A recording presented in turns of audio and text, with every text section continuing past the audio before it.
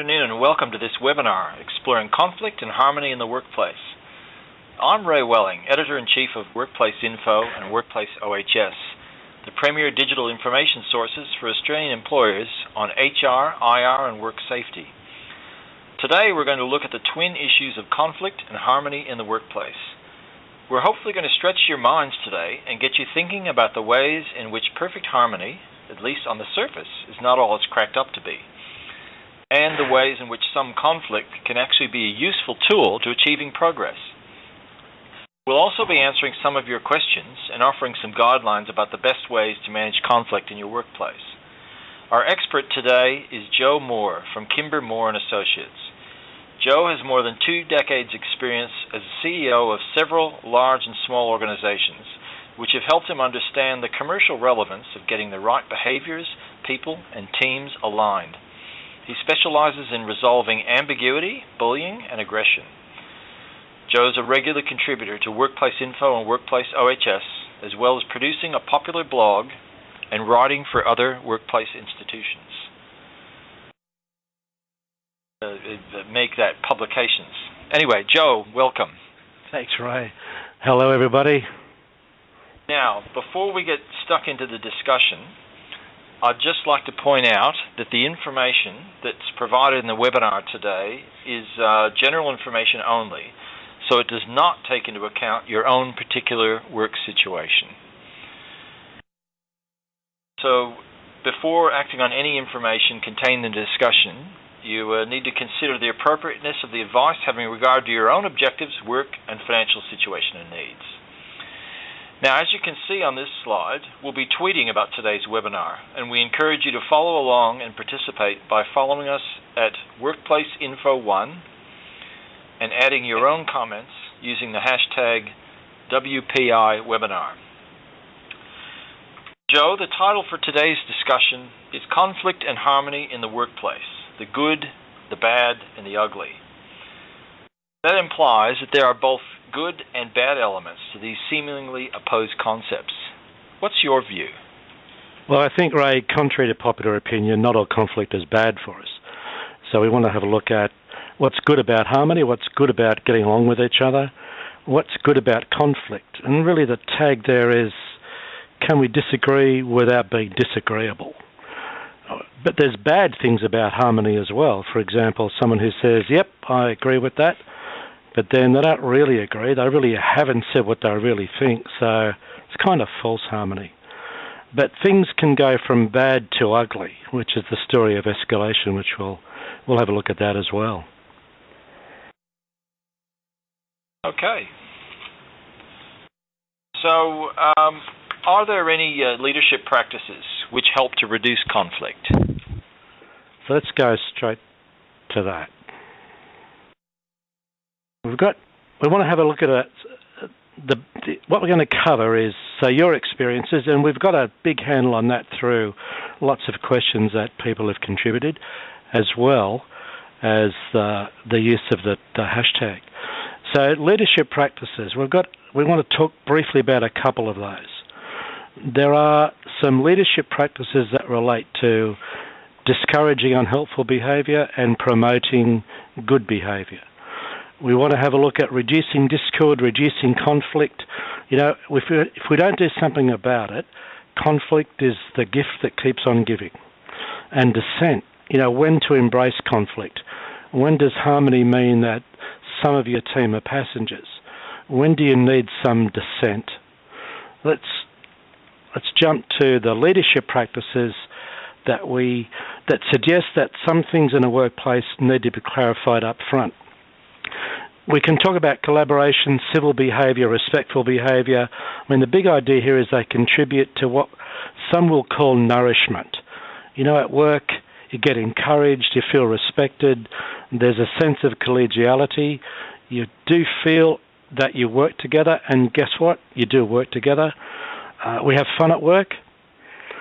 It's not always an easy ask, but we want to have fun at work in such a way that no one else is denied the experience of having fun. So it's fun at no one else's expense. We want a workplace where we feel alive and we feel like we're learning something. So the background to reducing conflict is, we're just getting some comments that people can't hear us. Do I have to? I don't have to worry about that. Collaboration, civil behaviour, respectful behaviour. It's the background to reducing conflict, reducing discord, is that our expectations about how we want to be treated at work, it's useful if we can clarify those up front. I mean, it's useful to sit down with your team and ask the question, with a word like respect, what do we expect from each other? And you'll end up with respect means we do this, and respect means we don't do that. You can't end up with a list of do's and don'ts. It's a great background to doing something about poor behaviour. And despite our best intentions and the best intentions of everybody else, there'll be a time when there's behaviour and performance that you simply want to see less of. You find it unhelpful. There are lots of examples from some of the questions we've had. Things like talking loudly in an open space office, simply being disagreeable, being negative, disagreeing with everything that the rest of the team wants to do, or behaving to people in an abrupt way. The idea here is that you can plot the behaviours that bother you, poor, bad, unhelpful behaviour, on this simple kind of escalation scale. Now, there's a bunch of things that happen at work that simply do not bother you. So they may or may not be good behaviours, they may just be neutral. The thing is that you're not bothered by them, you're not concerned about them. But if you move up the scale, there's a set of things that people say and do at work that concern you.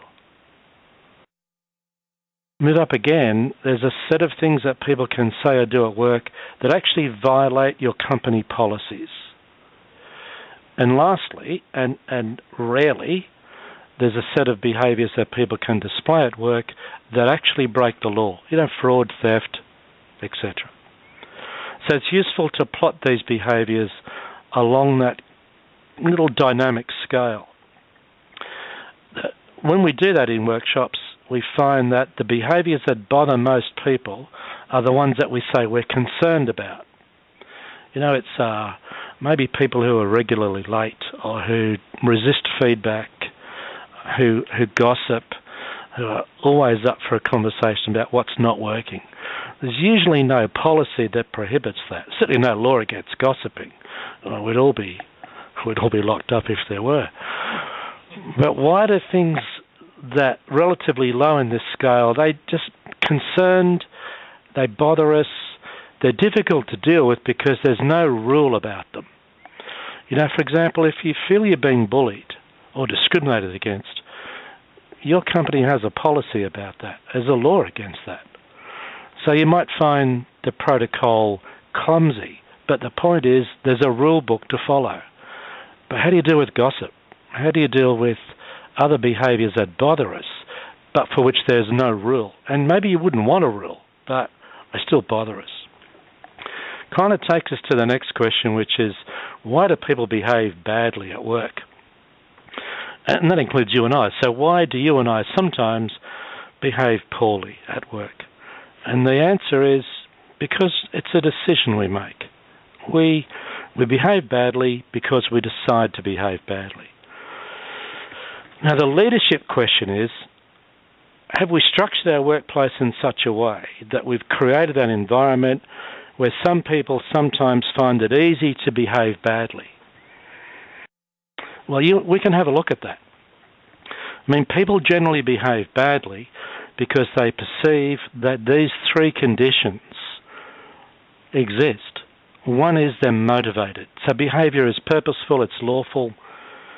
People behave badly because they think that behaviour will get them something that they want. They're motivated. Secondly, they perceive that the consequences of poor behaviour are low, they're minimal. You may not get caught, and even if you do get caught, you know what, nothing much is going to happen to you. And lastly, the purpose and the lack of consequences suggest to me that the best thing I can do right now, the smartest thing I can do, is to behave badly. It's a bit like the streaker's defence. It seemed like a good idea at the time. So conflict, poor behaviour leaves us, at minimum, feeling lost, confused. I love this slide. It sums up how I feel a lot of the time. But it's not just about that. Take a look at this slide, which is so appealing. And it looks like a tattoo. It's a hand around the young person's neck with all sorts of ugly sentiments expressed on it. Now, conflict, poor behaviour does end up hurting us. And the evidence for that, if you want to have a look more about it, is have a look at the workers' compensation cases dealing with psychological injury. Very few people get stricken, get struck, get hit at work. But the psychological injury has been increasing in the last couple of years, has a really big effect on people. Most of it's caused by the way we treat others, the way we talk to them, or the way we don't talk to them. You end up with that string of terrible words and sentiments around your neck. And do you find, Joe, that a lot of these issues could actually be sorted out very quickly if they were done early? Like, for example, that we've got a poll question that we can ask the participants. It's just, if you want to answer yes or no, it says that the majority of issues and grievances that land on my desk could have been resolved by a 5-minute conversation early in the sequence of events, leading to the logic of the grievance. What have you found in your work, Joe? Is that the case? So you want me to answer the question? As well. I think my answer is going to be much the same as the folk who respond. That is that the experience of most people in the workplace who get to look at a grievance and get to look at its history end up saying, you know what, 18 months ago, 2 years ago, this could have been fixed if someone had picked up the phone, taken someone out for a coffee, and just talked to each other first before putting it on Facebook, writing it, putting it in writing, going straight to the boss's office and demanding something get done. Yeah, looking at the poll results, that's staggering. 9 out of 10 people reckon that a 5-minute conversation early on could actually have saved a lot of problems later. Well, I think the other thing that you might be thinking as well is that, and this is a common experience, is that in the same kind of grievances, most people say that it actually wasn't the original, if there was one, it wasn't the incident that created the problem. It was the other person's outrageous response, in hindsight, outrageous. Ah, yes. That led to the problem. Here's our young friend again. It's a great slide, isn't it? Doesn't it make you feel that you need to do something about this stuff? So when confronted by poor behaviour, we've all got a decision to make, and the decision is the behaviour important enough for me to do something? Or is it a slight, minimal behaviour that you're happy for me to be able to get away with? Well, how do we answer those questions? It's a big question because not everything that bothers us is important. You think about the last time you got angry, upset, irritated, and maybe it was after 24 hours over nothing. So we don't want to go to the extreme of a conversation if the behaviour really is not that important. So here are 3 little guidelines to help us decide whether a behaviour is worthwhile doing something about. So one is, does a behaviour break a rule or not? And to me, my suggestion would be, if the behaviour is about breaking a rule, and by rule I mean, generously, guidelines, protocols, the way we do things, procedures, policies. If I work with you and I do things in a way that's not expected, I think you should pull me up about that. I think it's important that we don't be allowed to get away with breaking a rule. Now, in all workplaces there are big rules and little rules, so it's usually decided by consensus. But make the consensus public. At least with big rules, don't let me get away with it. Second guideline's about mistakes. I mean, do you really want to work with Joe and let him get away with getting things wrong? Not so much. So mistakes is worthwhile it's important I make a mistake, so don't let me get away with it. And then thirdly, looks a bit cryptic, but there are some things that people say and do at work that bother us, but they don't break a rule. They're not about making a mistake. They just annoy us. They irritate us. So if it's still on your mind after 2 days, I'm suggesting have the conversation, because it looks like your head is saying, whatever this person said or did, it's important to you. It's been on your mind for 2 days. It's on the mind when you go to work, at work, over lunch. So we were talking about the kind of things that we can use to decide if the behaviour that someone displays at work which bothers us is important enough to decide to do something about. So briefly we're saying if the behaviour breaks a rule, say something. If the behaviour is about making mistakes, say something.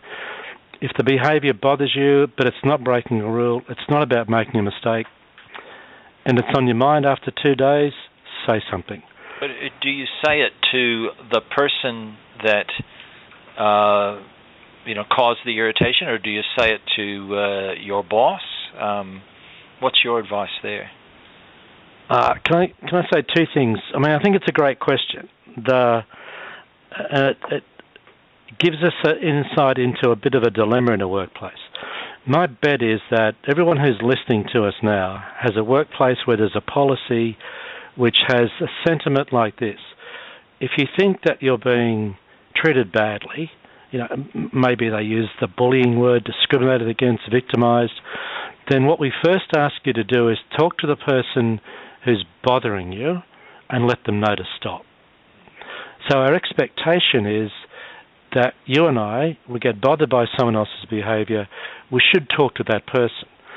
Doesn't go on Facebook, you don't tell your 57 closest friends, you talk to the person who can do something about it, that is, stop the behaviour.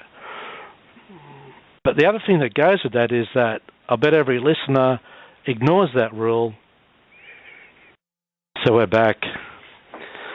Folks, you're being very patient. Thank you. So the question was about who do we talk to about behaviour that bothers us?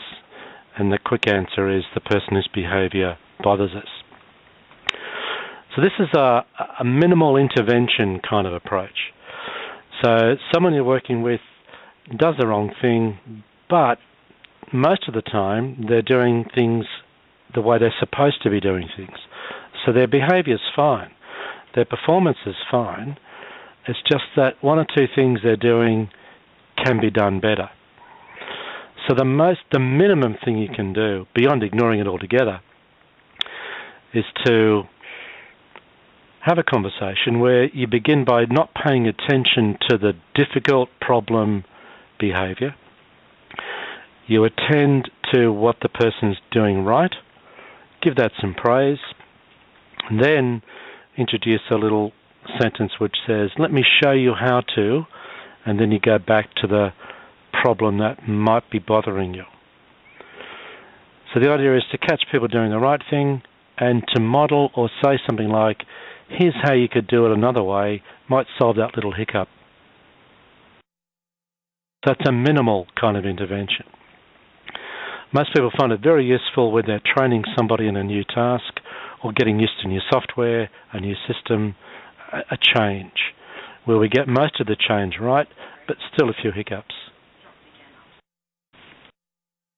Okay, we apologise for that technical issue, but we are back on air now. So, Joe, if you could pick up the thread from where we were. Folks, welcome back. Thanks again for your patience. So we want to put some boundaries on behaviour at work.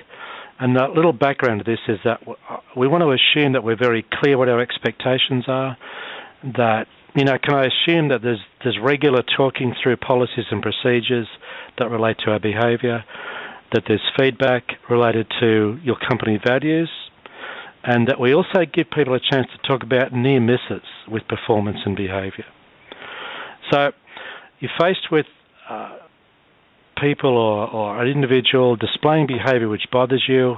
You've decided the behaviour is important and you want to do something about it. So let's go to the conversation. And I'm saying this is a conversation. It's not a lecture. It's not a scolding.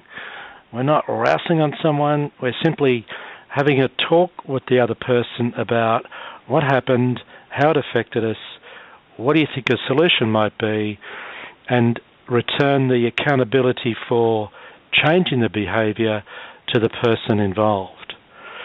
So the tips in this conversation are to be specific, to talk about the consequences of that behaviour, the impact of that behaviour on you, others, performance, the team's performance, safety, whatever you think's at risk. And then have a solution.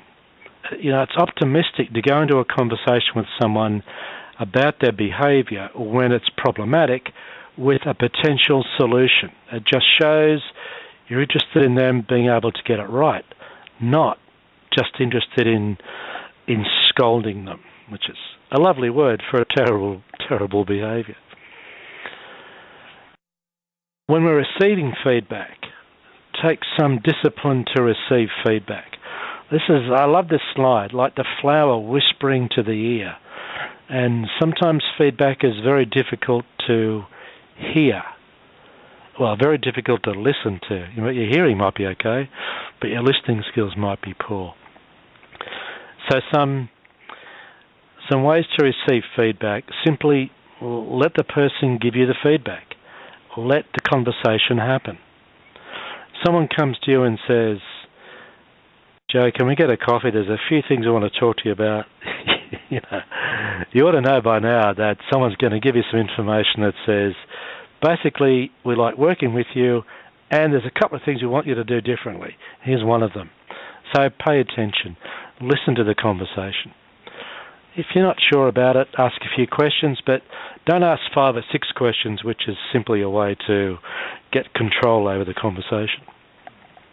So, Joe, why do you think that people behave defensively in those sorts of situations? Well, if you think about it this way, to me the principle is that when human beings get uncomfortable, we change our position. So you watch people sitting in an office. You'll see them stretch out, slump, sit up straight. They get uncomfortable in any particular posture. We change it. And I think it's the same with conversations. If we get uncomfortable in the conversation, we try and change the conversation or change the topic of the conversation. We divert it away from ourselves to somebody else. So diversion, defensive behaviour is about changing the conversation because it's making me uncomfortable. We're not good, we're not clever at saying, you know what, when you talk to me about the way I interrupt you, I just find that a bit uncomfortable. We don't do that. We say, you know what, you interrupt me, let's talk about you. I'd much rather talk about the things you get wrong than listen to you tell me that I could be a little bit difficult to get on with at times myself. So I think defensive behaviour is there. And, the thing is that one of your obligations in a conversation with someone about their behaviour is to see if you can have the conversation in a way that encourages them to listen and not to be defensive. Now, sometimes leaders, team leaders, those sorts of people, supervisors, they can get caught up in this, he said, she said type of conversation. Is there a way out of those types of conversations? This is a great coincidental introduction to the next part of the presentation. Let's call this a secondhand report. And, put it this way, when you become a team leader, supervisor, a boss, your heart changes. And lots of people will tell you it shrinks and shrivels and dries up. What happens is, part of your heart is called the aorta. And when you become a boss, lots of people think you have a new part of your heart called the aorta. And this is where you get conversations that start with, you ought to do something about someone's behaviour. You ought to talk to Joe, he's swearing again. You ought to talk to Joe, he's late again. You ought to do something about this. The secondhand report.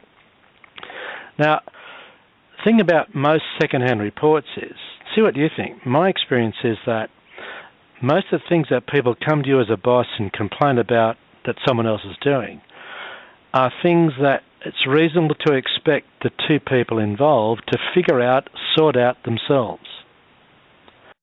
Now, a lot of the people you work with and who work for you and who you work for, they're parents, they've bought and sold a house, they've negotiated a 2-year-old into her pyjamas before midnight sometimes. I mean, they've done incredibly difficult things, but they want you to solve a problem which really they could figure out themselves.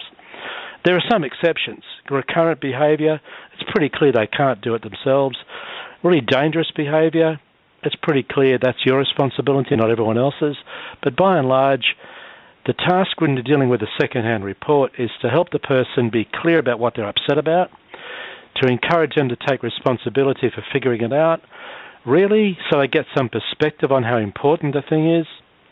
And if they want to have the conversation, show them how to have it. Do not, I'd suggest, have it for them.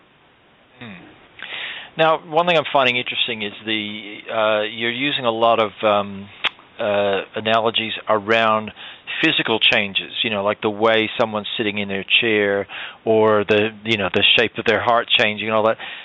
How important is it to watch out for visual clues like that to head problems off, rather than just waiting for someone to speak to you? Do what I'm getting at is there are there some physical changes either in yourself or in the people that you're working with that you should keep an eye out for to pre-anticipate these sorts of problems? Let's answer it this way. Yeah, I mean, life at work is highly emotional. We live in an emotional economy. If any of you are out there selling, you know that you appeal to the heart, and later on you can appeal to the head. So the assumption is that most of us feel our way through things before we think our way through things. So that means we can talk about what's our emotional response. And, 3 things happen when we feel pretty strongly. One, if it's about getting upset, angry, agitated, maybe leading to aggression, then, voice changes. It kind of starts to squeak because our muscles contract, including our throat muscle. So, second thing that happens is that your heart rate increases, pumps blood to your bigger muscles, leaves the head. So we're not thinking really well. We're saying all sorts of things which, in a calmer moment, we wouldn't be happy that we've said. And often our stomach gets a bit knotted as well. That's because the blood's gone from the stomach. It's really gone to those bigger, more extreme muscles. So things to watch out for in ourselves are, increased heart rate. You're liable to raise your voice. You are likely to say something and think about it afterwards. You kind of want to carve yourself out about a minute. Your mum or your grandmother's expression, when you get upset, count to 10, it's perfectly valid. It's great advice.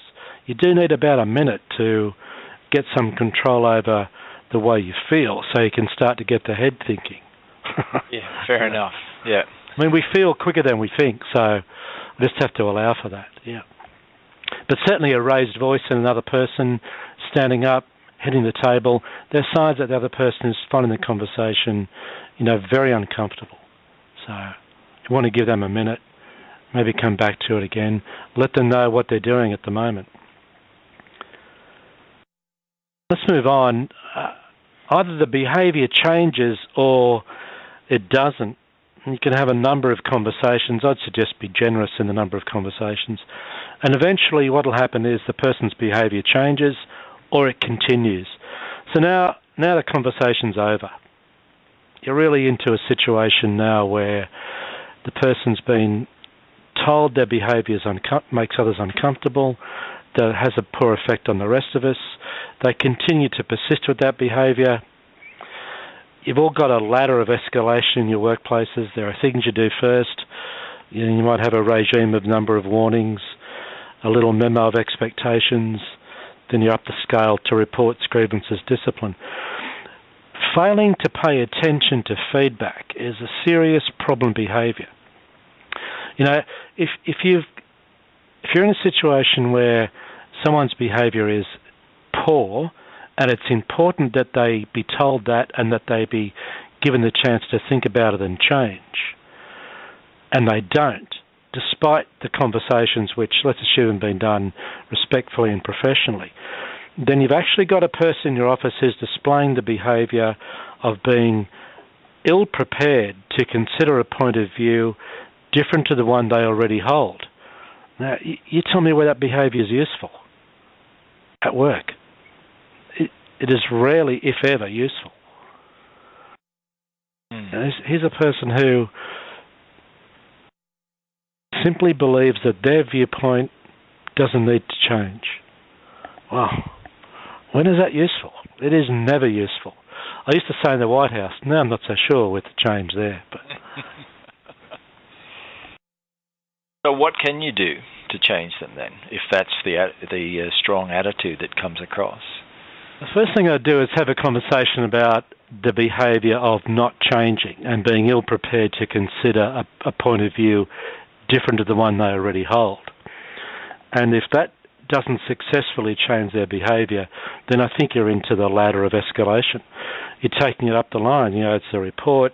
Whatever your system is for applying a more severe consequence to the continued recurrent problem behaviour, just take it.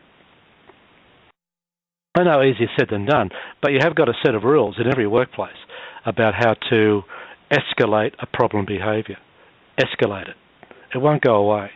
That's why conflict is a gift that keeps on giving. It'll keep on giving you grief until you do something about it. Right. Okay. Now, I think we were going to throw in a few of the questions that we've got from that have come in beforehand at this point, but since we're running a bit low on time with the technical issues, we might actually move on at this point to the next part of your discussion, and then we'll come back and see how much time at the end we've got for some of those questions. So I think the next thing that you wanted to talk about involved leadership. Is that right? It involves, yeah, it does. It's about, specifically, we've been talking about putting some restrictions around our behaviour at work.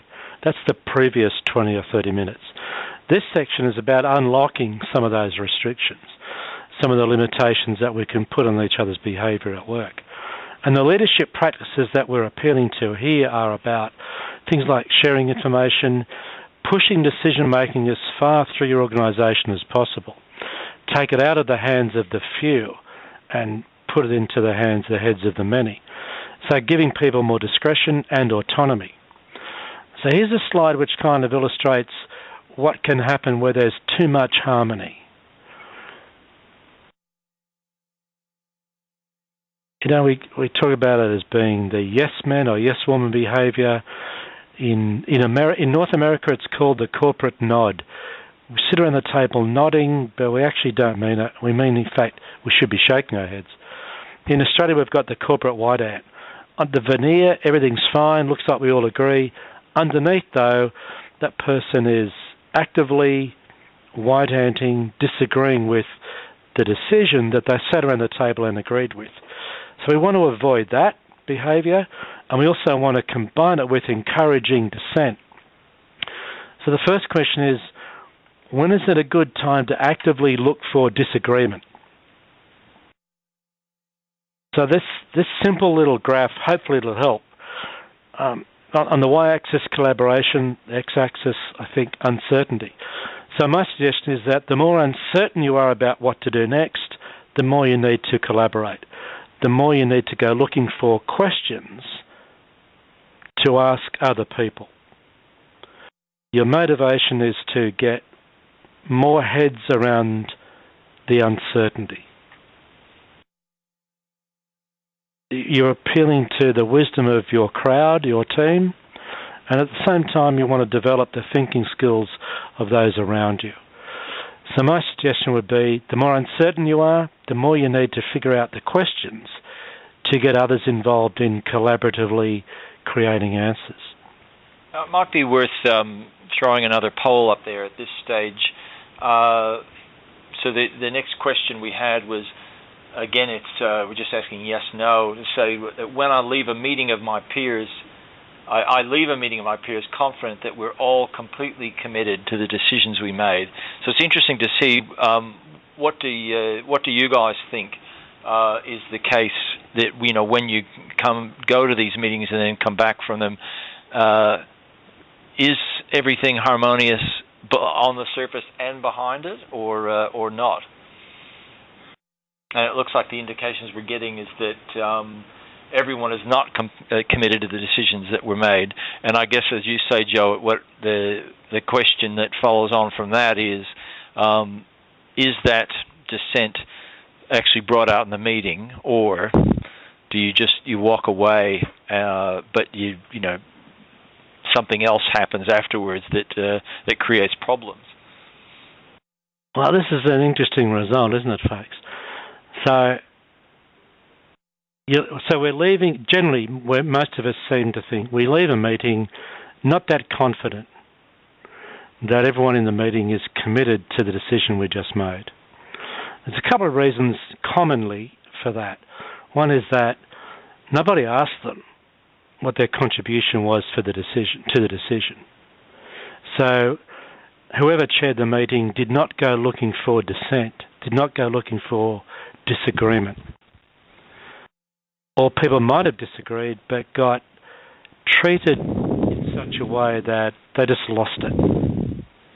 Thought that their contribution wasn't respected or appreciated, so they kind of ended up going along with the decision. Maybe they thought they would help them get along with those others that are there. Problem is, you've got false harmony in other cases as well. So some of you are in experience would be that looks like we got great agreement, but it didn't. This is a case where we want to think more carefully about the question: how can we engineer more disagreement? How can we foment dissent? So what are the tips to doing that? So what's required? There's a couple of things that we want to do here. One is we want to talk about how do you keep your composure when others disagree with you. Sometimes that's not easy. We want to look at how to make questions work for us, and then how to listen when others are saying things that you might disagree with. I mean, it's about how can we disagree without being disagreeable. Because we want to end up leaving the room confident that we're all up for the decision. So we have to find a way to disagree without being disagreeable to each other. So composure, let's do that first. I love this slide. She reminds me of a female politician in the current coalition. No comment. I know I can't tell names. So here we go, composure. So it's about the way we feel, isn't it? So we've talked about this in an earlier little question and answer session, but save yourself the trouble of getting too emotional. Just take some time out. You need about a minute if you find yourself getting a little bit upset. Second thing is, you'll find if you track when you got emotional at work and when you're able to keep calm, that there are certain things which prompted or triggered the behaviour of getting upset. And if you get a handle on when you're most likely to decide to behave poorly, emotionally, you can probably then think of a number of ways to avoid those triggers. Defensive behaviour we've talked about before. It's hard not to feel defensive when someone disagrees with your perfect idea. So just because a person disagrees with you doesn't mean they're wrong. Doesn't mean you're wrong either. But we want this two heads are better than one idea. We want to make questions work for us when we're uncertain, when we want to collaborate, when we want to actively encourage disagreement. So see the cogs there. I mean, the questions turn those cogs. They do help us, set things in motion, if you like. So we want the questions in these conversations where you expect people to disagree, to do the hard work for you. You want them to do the heavy lifting for you. So here are some questions where a group comes to you with a question and an answer, or a number of answers to the same question, and you want to encourage them to think about it a bit more deeply. Here are 5 questions which help to get to the question, have you done your best thinking yet? And just give them a chance to go through those questions. The last question, so what do you think you might do? I mean, it's clear from that question the responsibility is with that group or with that person. But you want to ask that one after you've asked them a few other questions to see what their best thinking can look like. Another way to look at questions is to look at a scale of questions in terms of relative complexity. I mean, if you ask someone why, or how come they decide to do X rather than Y, it's a heavy lifting question. You need some more mental effort to answer a why question than you do to answer a question like, well, when did it happen? Or who was there? Or where were you? Or which of these two do you think you might do? So you can lead up to the heavier questions from the which, who, when, where, but get into the how might it be done? Why do you think it should be done that way? Again, encouraging people to think, to put more effort into their thinking. This one again does much the same thing, but it's a little bit more complex. You can lead a person to more complex thinking and hopefully more complete decision making by going through a series of questions which demand increasing mental effort. Explaining an answer, explaining a situation is quite different to designing a procedure or designing a way, creating a way to appeal to customers. Comparing and contrasting is easier than making a judgment or an evaluation. Now, one reason for developing other people's thinking skills is this. Let me do it with another question. Whose thinking do you find easier to find flaws in? Your thinking or someone else's thinking? And the answer really is someone else's thinking. So to encourage other people's expertise, their level of thinking, their level of mental effort, ask them questions which demand greater mental effort.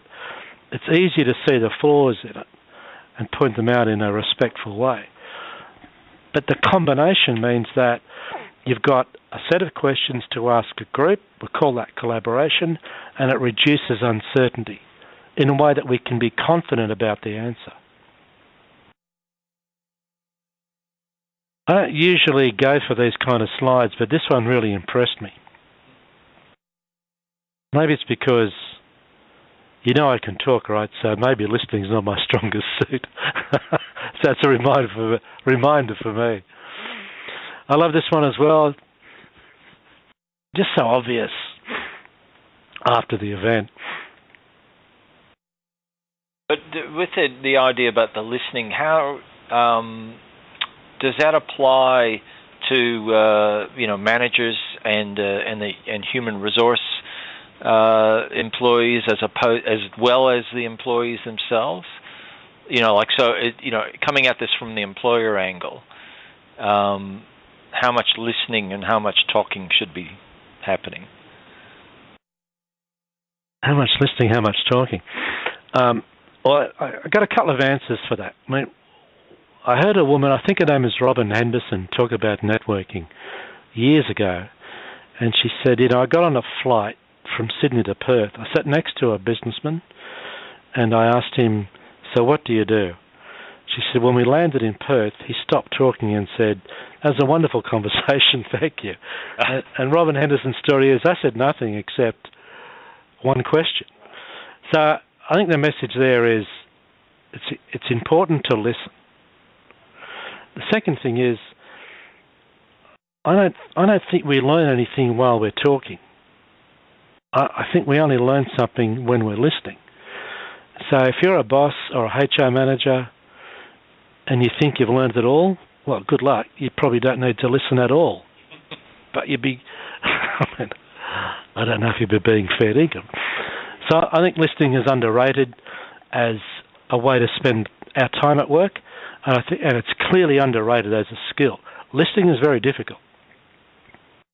You know, everyone, you and I, we all pass a hearing test. If we don't, we get that fixed.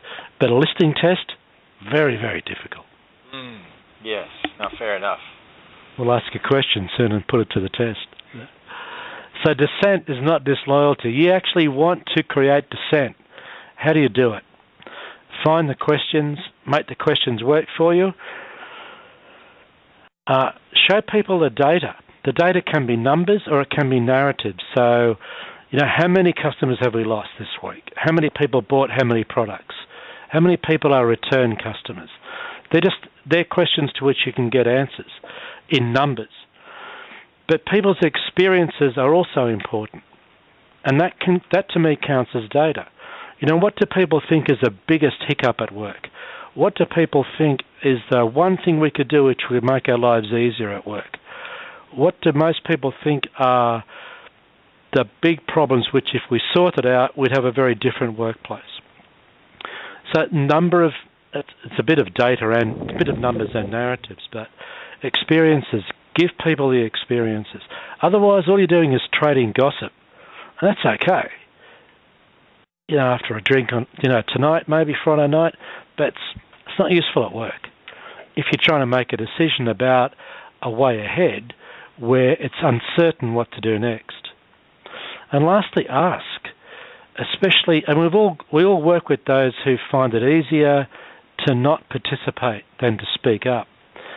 Make sure you find a way to ask those people what their thoughts are in a way that makes it easy for them to be able to participate and to respond. So fomenting dissent, you don't think it's a real word, foment, do you? But look it up. It means to instigate. So we finished this last section with what are the key leadership practices underneath reducing conflict. And they really are clarity, creating a respectful workplace, a civil workplace, getting our expectations of each other very clear. And that gives us a platform to hold people accountable for behaving well, reducing discord. Then the leadership practices about autonomy, pushing decision-making out to a wider audience, discretion, they're all about increasing chances of disagreement so that you finish making a decision with every issue on the table, not half of them and the other half we go around talking behind the leadership group's back.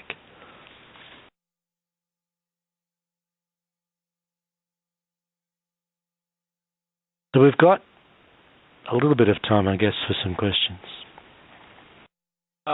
Yes, we've got time for just a couple of questions. Look, one interesting one that cropped up was someone was asking for ideas on how to manage up when a Gen Y manager creates conflict with their staff who happen to be Gen X and baby boomers. What do you think about that? My thoughts on baby boomers, we're wonderful people, all of us. The managing up is difficult, isn't it? Because the conversation's actually no more difficult than giving feedback to anybody else, but our heart gets in the way and we feel extra pressure giving feedback to a boss, no matter really what age that boss is. So some tips are to decide whether what that person is doing, whether what they're saying and what they're doing is important enough to have the conversation about, and then structure the conversation around, very specifically, here's what I saw, here's what I heard, here's the impact on it, here's the impact on me, maybe others, of that behaviour, and come up with at least one potential solution. Now, and with a boss, you might say something like, I understand what you're trying to do, for example, with creating some pressure for us to work under, but you're actually putting us under stress rather than pressure. So how about you give us the deadline, set your expectation, and set a review time, then we can come along and show you where we're up to, rather than be fielding an email or a question every couple of hours, kind of a bit like the Bart Simpson question, are we there yet? Which creates stress, not pressure. So you might pitch it to a boss. My suggestion would be along the lines of, you know what, you'd probably get more out of me if you could find a way to do this rather than what you're doing now.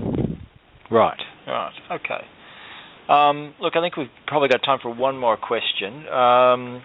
What about, do you think that every organization should have a hierarchy of consequences documented? Yeah, I think that's a great question, and my answer is yes.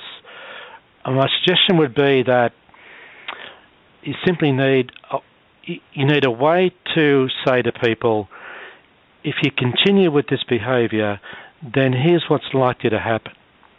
If you can find a way to change that behaviour, then here's what's likely to happen. A different set of consequences altogether. They don't need to be chapter and verse. It doesn't need to be a long list. However, it needs to be very clear what happens if I choose to continue to behave or perform poorly. That answer should be very clear. So when you apply the consequences, there's no surprise. It's just like night following day. Joe, you've continued to turn up at work well after we start. We've talked to you about it twice. You promised you'd change. Here's what's going to happen next. Like it's a... like being a parent, sounds like. When people say that, I think, was I really a good parent? No, I think, Chris, great question, and I would say the answer is yes. All right. Well, that brings us to the end of our discussion. Joe, many thanks for your time and your wisdom. Now, we hope that you found today's session useful. Please feel free to drop us a line at editor@workplaceinfo.com.au if you have any follow-up questions.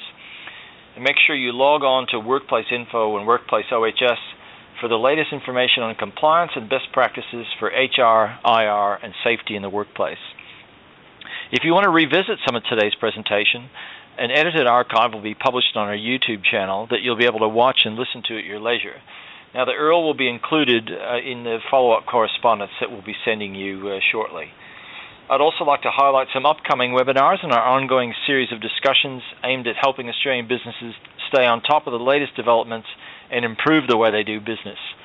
Next week, on the 26th of November, we'll be giving you some tips on how to banish bullies from your workplace, where work health and safety expert Larry Forsyth from Australian Business Consulting and Solutions and Joe Murphy from Australian Business Lawyers and Advisors will be speaking about how to use the new anti-bullying laws that